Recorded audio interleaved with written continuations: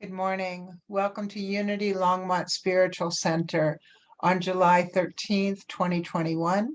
We are blessed to have Reverend Dan Kendrick as our speaker and to guide us in meditation, and Christina Hildebrandt to provide us with music on her beautiful harp. So we'll start with a piece of music, please.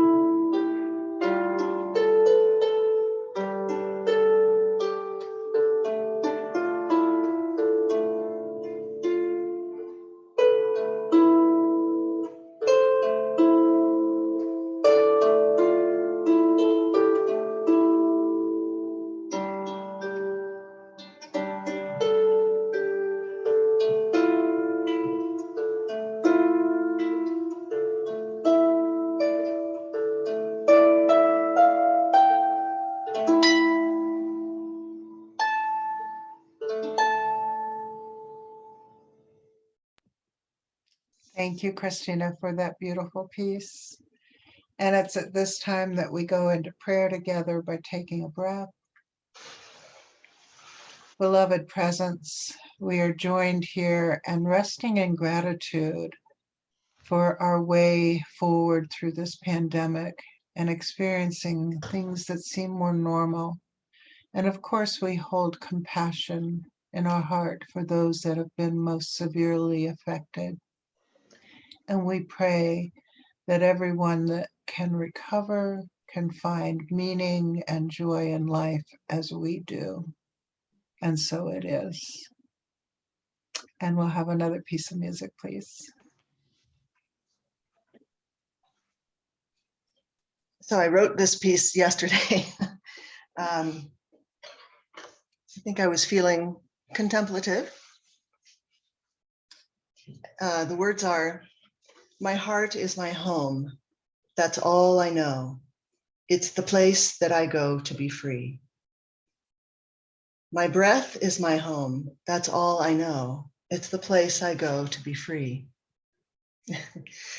There's heart in my breath and breath in my heart. Here I am, and here I will start."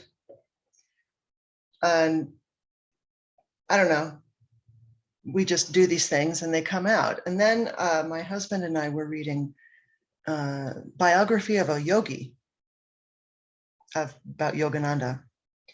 And there was a little section in there about Kriya Yoga, which is a discipline that one can practice. And they basically took my song. I took their song. Anyway, that was really interesting. So it's in very handwritten form. I hope that I can do it okay.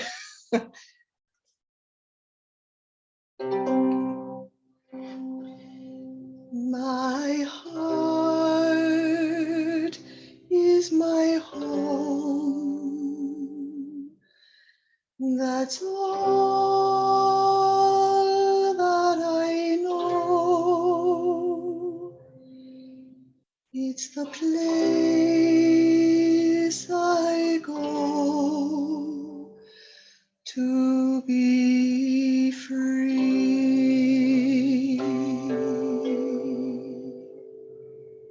My breath is my home. That's all that I know. It's the place I go to be free.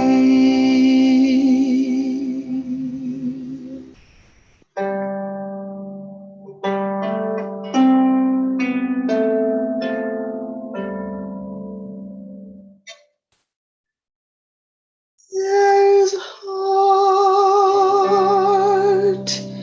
in my breath and a breath in my heart. Here I am,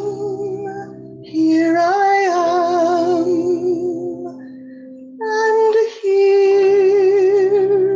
I will start. My heart is my home. That's all that I know. It's the place I go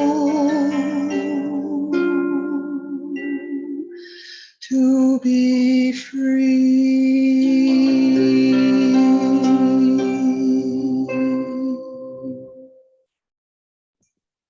Wow, Christina, thank you for sharing your sacred home with us and reminding us of our own. It's beautiful.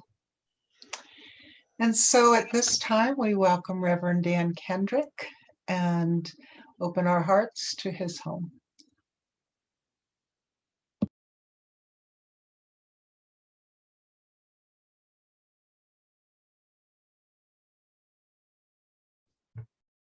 All right. Well, welcome everyone.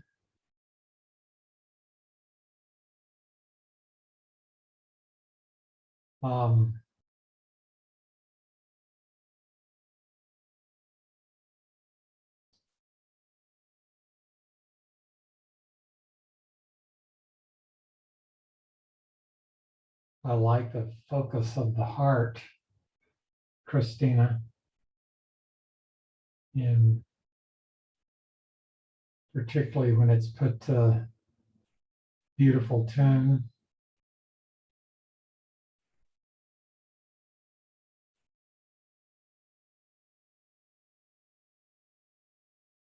I lived in Yogananda, if I'm remembering right, didn't he found the Self-Realization Fellowship? Yeah, got the right person.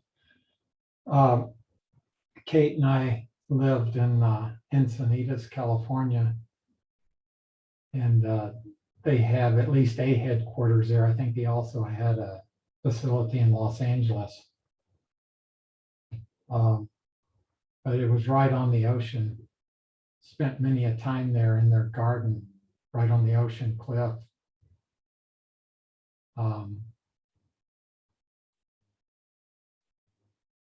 And I'm familiar with his life. I really have a lot of respect for him. One thing that touched me, he was in India, his teacher was in India, and he was getting a call to come to the United States. And he, from what I got, he wasn't that thrilled about coming to the United States. leaving his teacher, he did finally come to the United States, and then his teacher transitioned after he'd been here a while. And he went back, I think, for his teacher's memorial and came back. I think he traveled by boat to the US, and I'm just recalling this from quite a while ago, so it may not be exact information, but you'll get the idea. The one thing that was very touching to me about his story was as he was traveling back on the boat, he realized, because he was leaving his home, right, India, but he realized, like, I realize now wherever I am, that's my home.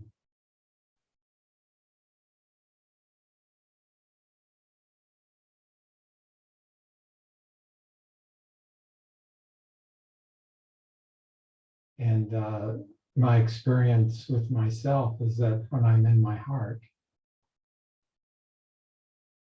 that's home.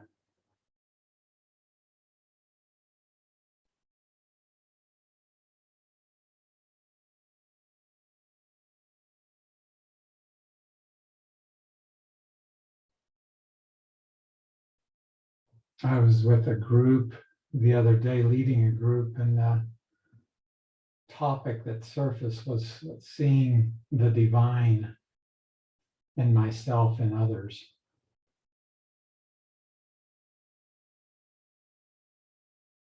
And it was an interesting topic, and there was a lot of discussion and a lot of different points of view.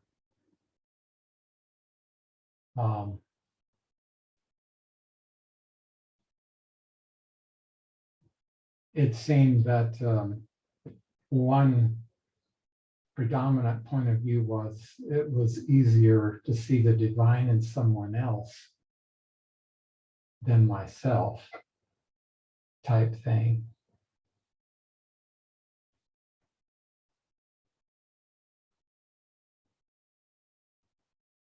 I remember doing a workshop. Actually, I at the time I was in Presbyterian seminary and very much into approaching the divinity through the intellect approach, which was becoming more and more exhausting to me. The seminary was a choice out of kind of default, like I was kind of living a life of quiet desperation. While I was at the seminary, I was reading the Urantia book secretly. It didn't have a part in their curriculum, so but like, well, maybe there's something here, you know. Maybe this would be a possible, at least maybe I could find a job after this and settle down into something that could work for me. But I was very quickly approaching burnout. In fact, I went to the doctor to have him check me out. And he said, well, you know, you could have mononucleosis, but if you do, you just have to rest and get over it. So he didn't check me for it. But I decided it was much more than just a physical burnout. I was reaping the, I guess it wouldn't be results. I was reaping the results of a highly intellectual process in an attempt to find God.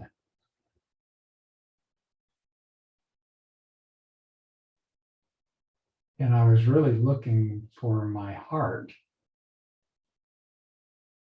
And I had hooked up with an institution that didn't have a lot of experience, in my experience,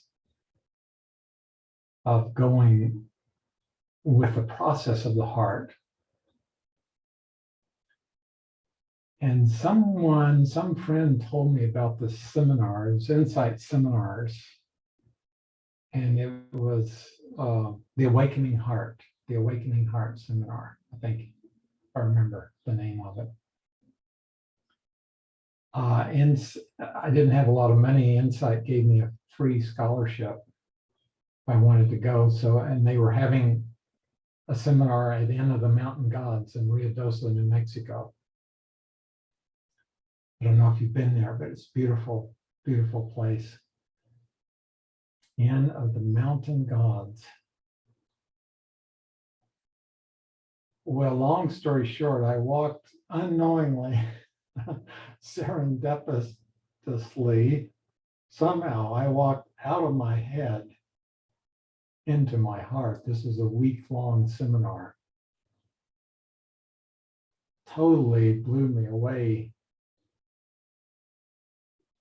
But one of the techniques they use, which I'd never been exposed to before, was very simple. You'd find you a partner, and they would have different processes. Part of it was learning how to work with negativity, like resentment, guilt, how to free yourself of those negative expressions, how to move more into your heart. So they would just dive right in, to resentment. And the idea you have resentment, usually you have resentment because you've got an expectation going that someone should be a certain way or life should be a certain way, and they're not. So therefore you resent them, you resent life. So how do you let go of resentment then? Well, change your expectation. Just change your expectation and resentment will go. But so they would set up things like this, but the key to me was they ask you to find a partner. And there were guidelines, and one of the guidelines was to maintain eye contact with your partner. Radical idea. Just, it wasn't like lockdown stare, just maintain eye contact. I'd never done that before with another person. And I don't know if you have, you probably have. But it's a great facilitator of, number one, being present, coming present in the moment. And number two, it can surface things. I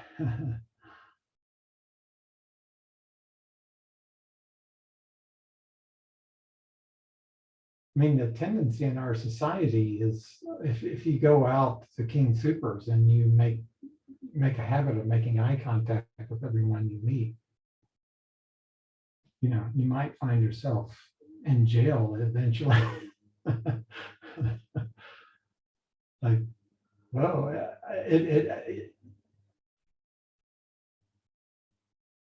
it can be interesting to see in terms of our orientation and what we're orienting ourselves to. And there's these very simple techniques available that if we use them, they can change my point of view. And I found maintaining the eye contact actually assisted me in getting in touch with my heart.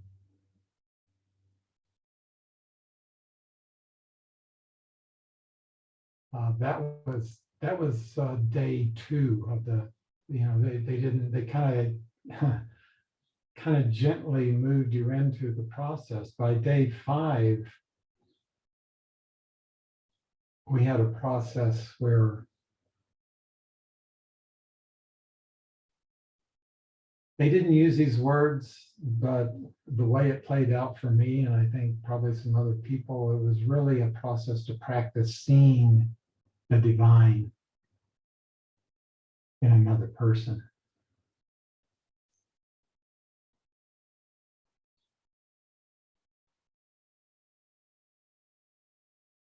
You know, it brings up questions. Well, when you see the divine in another person, what does that look like?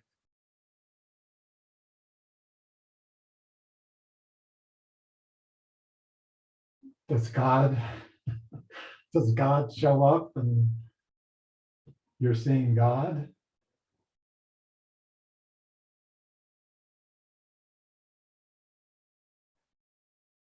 What I found with my experience was and this was set up in a really wonderful way.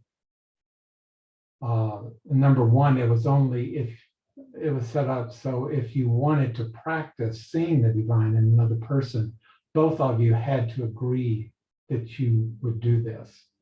So if one person, and there was a way for a person to signal this nonverbal way to signal, like, no, they didn't want eye contact. So it was set up in a respectful way so that someone didn't care to do that without any explanation, they could just make the signal and there'd be no eye contact. But to the ones who chose, and I was curious myself, and by this time I was more used to the eye contact. Lo and behold, as I did this, I started seeing around the eyes what I would call the divine presence.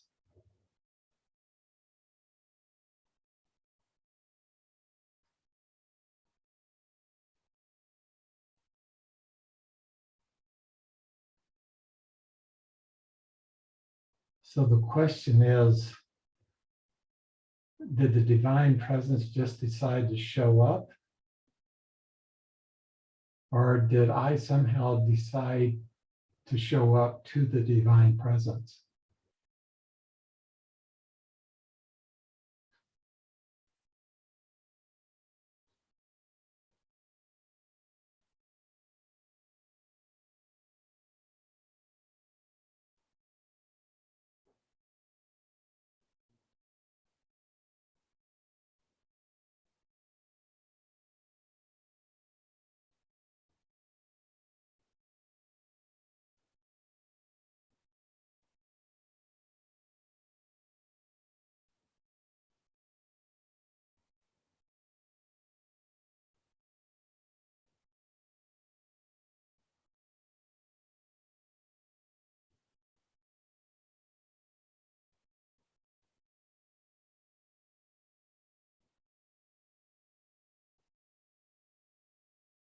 If you're viewing this after the fact and you're wondering what the silence is about, which if you've not been at one of my talks, sometimes the silence just shows up. So it is part of the talk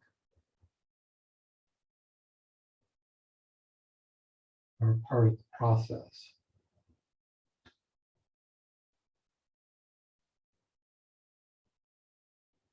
What I find coming into that quiet can be another way to connect with the divine.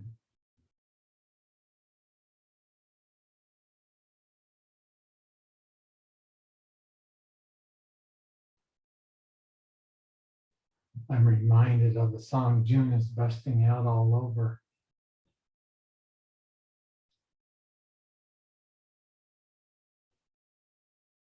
Just changing a few words. The divine is, what if the divine is busting out all over? Just busting out all over. And I've developed the ability, the willingness, the skill to tune in.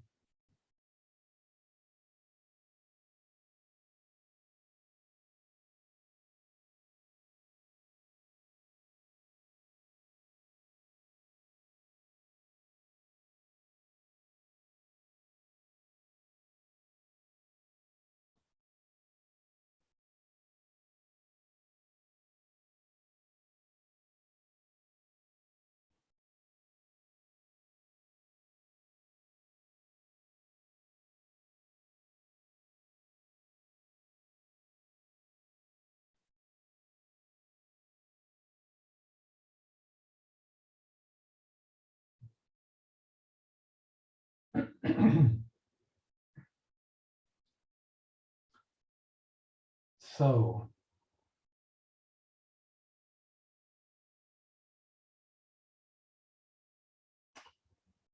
I think one challenge I've certainly run into in seeing the divine in myself and others is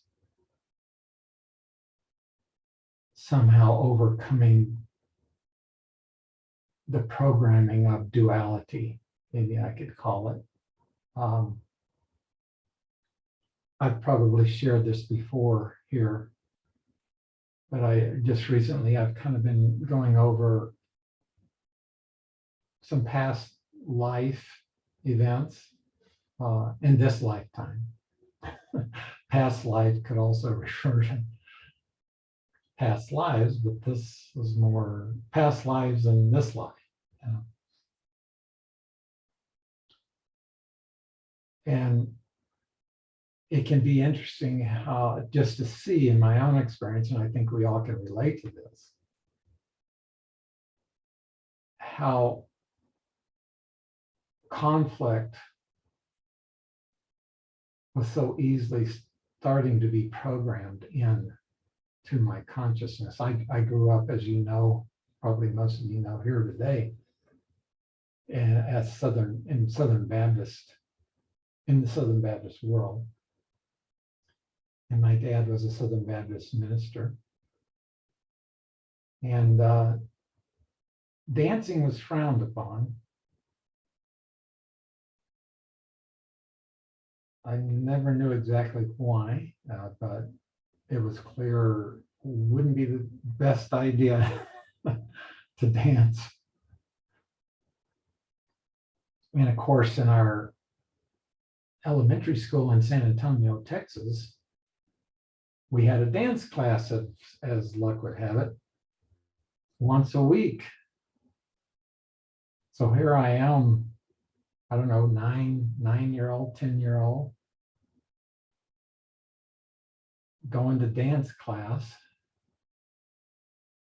And already I've got this split inside me. If I dance, I'm sinning against God. But if I don't dance, I'm going to look like a fool. And if they ask me why, and I have to tell them, I'll look like a bigger fool.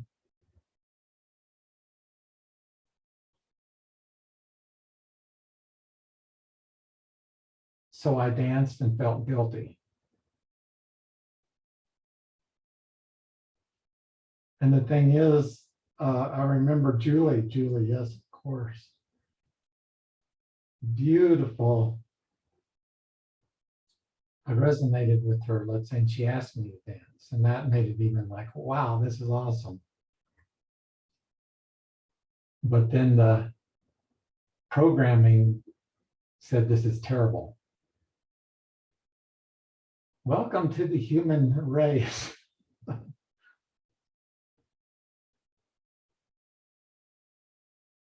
Welcome to the dilemma. That from that point on,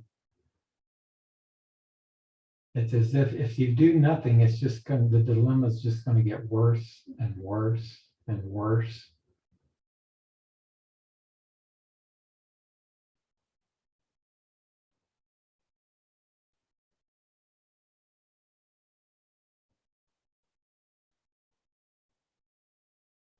So what was the remedy?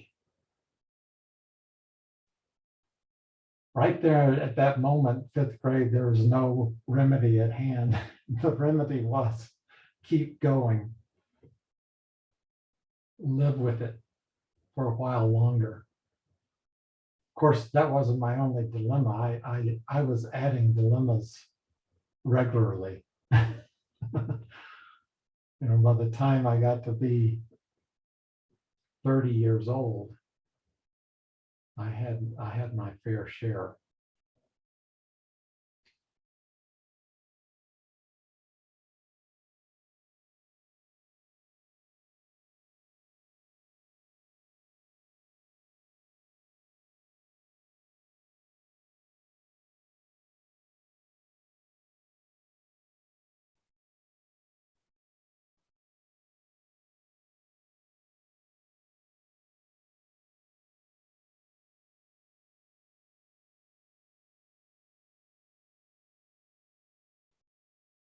so the question was coming in. So how do you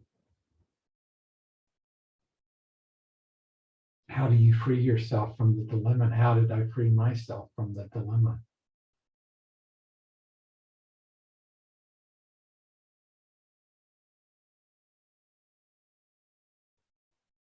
Well, if you had a videotape of my life,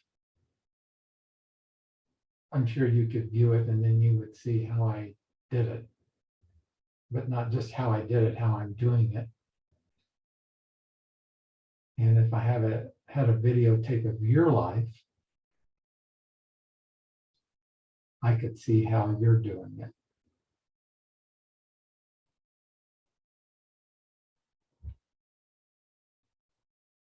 Someone asked me the other day, what's the opposite of the divine? I'd never been asked that question. As I looked at it, I realized from what I can see, there is no opposite.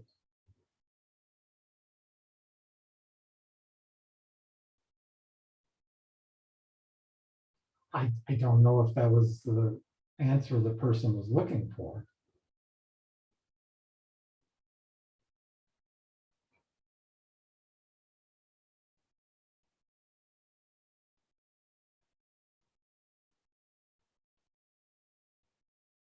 I mean, the logical next question, which the questions can be endless, would be, well, then who's the devil? Isn't the devil the opposite of the divine?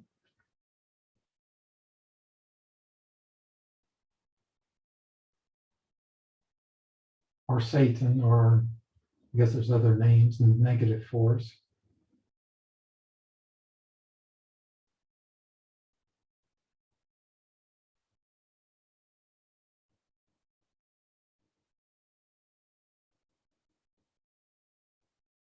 Well, I guess I could do a what if that negative force is just part of God's creation,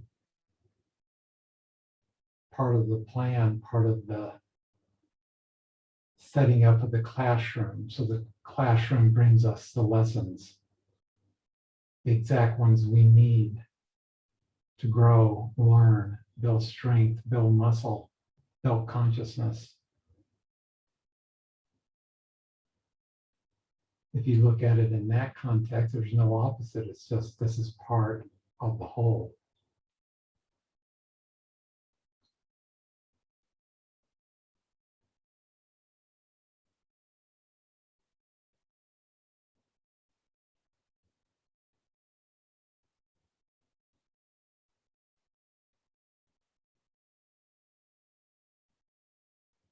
I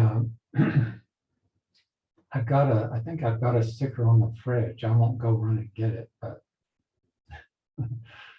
I think I can get, it's something like, at some point in your existence, you'll realize that there's nothing in all of God's universe to fear.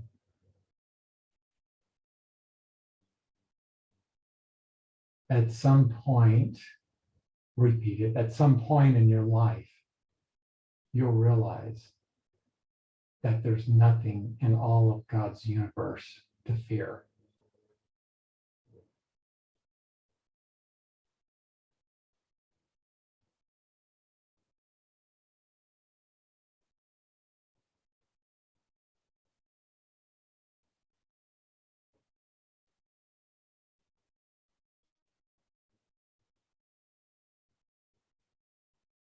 So what I'm finding is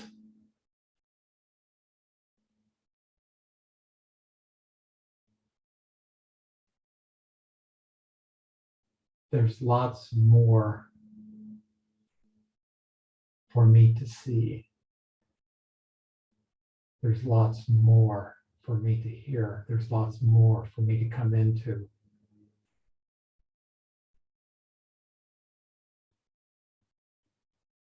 There's more expansion available.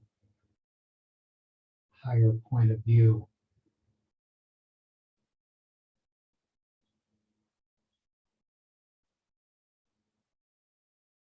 Greater loving, greater understanding.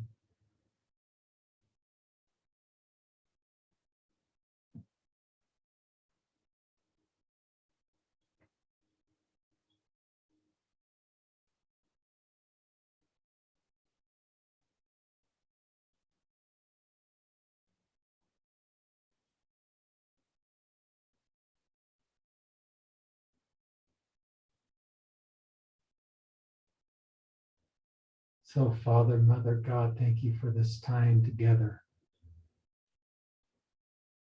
Thank you for touching to us with your light,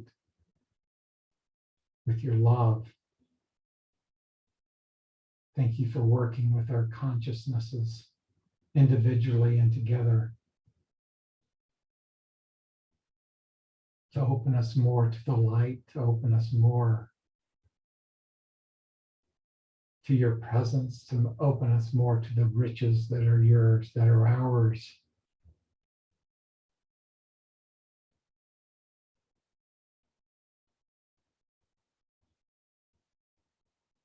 We ask that you keep working with us, opening us, lifting us, bringing to us whatever be for our highest good, for our greatest growth, learning, and upliftment. Thank you for this time together. We ask that the seeds that have been planted here through the Christ be blessed.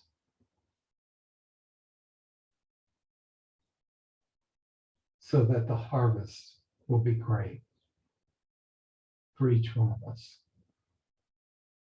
And so be it. Thank you, Dan. And we will hear from Christina.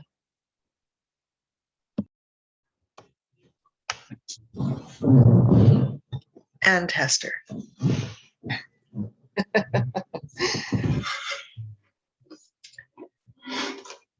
Just like there's yin and yang, and there's in that symbol, there's in the yang fishy thing, there's a little eye.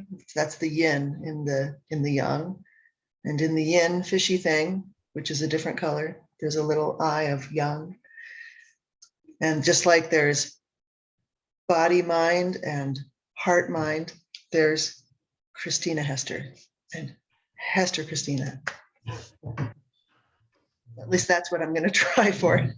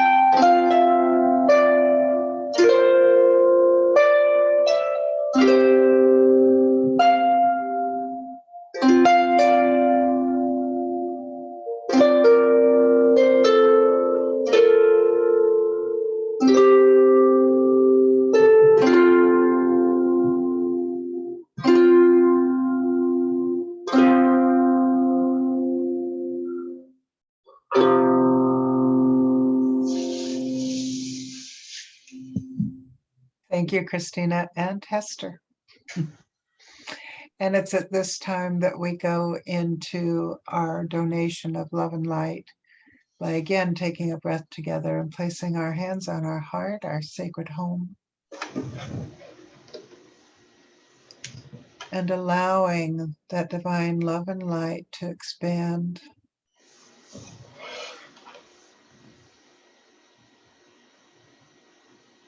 And we can gently observe the expansion and experience the joy that comes with that.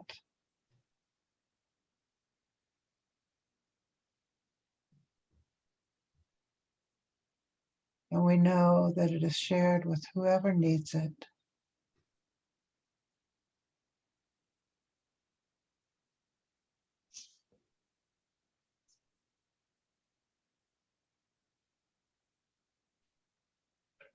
There is no limitation of time or space for the divine.